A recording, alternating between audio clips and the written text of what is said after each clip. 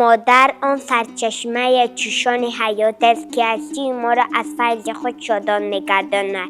مادر جانم، شهرت و شانم، پاره جانم، نبض زمانم، فخر جهانم.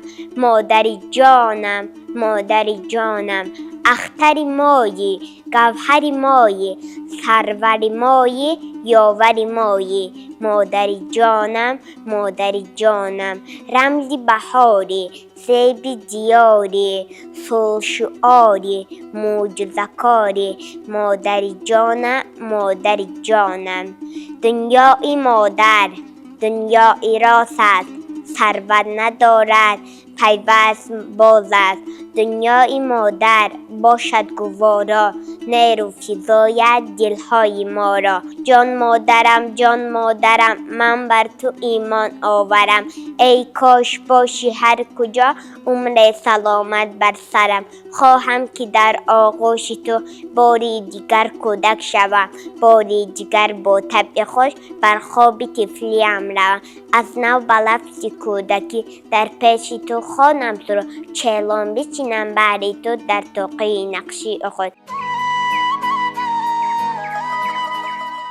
به نورش گرچه این خورشید خاور، فرا گیرد جهان را سراسر.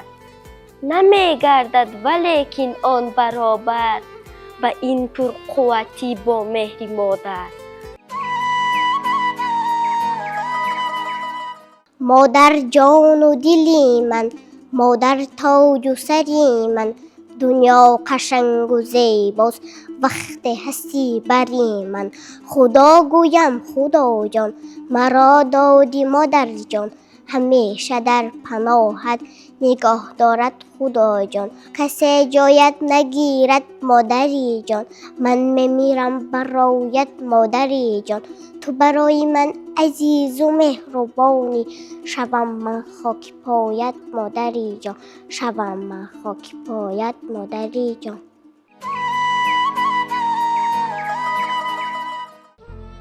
میخواهم این نصیحه های شعری را برای بزرگی مادر هدیه کنم. کوه شد از پایداریش بزرگ، چشمه شد از بیقراریش بزرگ. از درخش و از حرارت آفتاب، بحر شد از بیکناریش بزرگ. عشق از پاکیزگی و راستی، عاشق از امیدواریش بزرگ. شد سر گهواره فرزند خود، مادرش شب زنده داریش بزرگ، مادرش شب زنده داریش بزرگ. گویند مرا چو زاد مادر، پیستان و دهان گرفتن آموخت. شبها بر گهواره من، بیدار نشست و خفتن آموخت.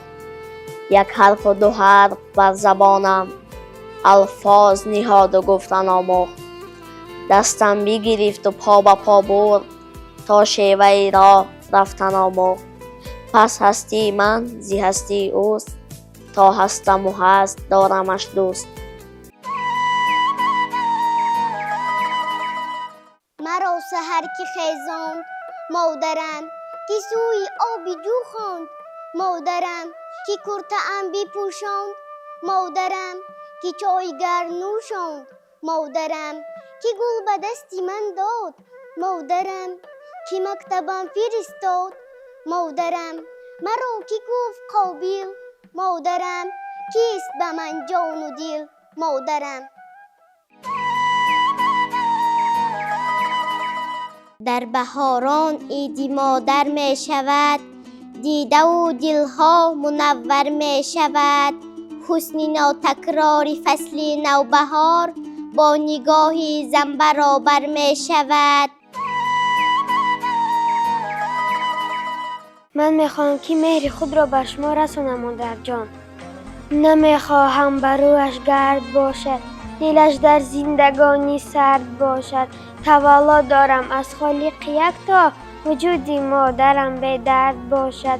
من زیستی و شکرانه دارم، بر مویهای سفیدش شانه دارم. به هر جای روم با امر تقدیر، بگویم ثروت در خانه دارم.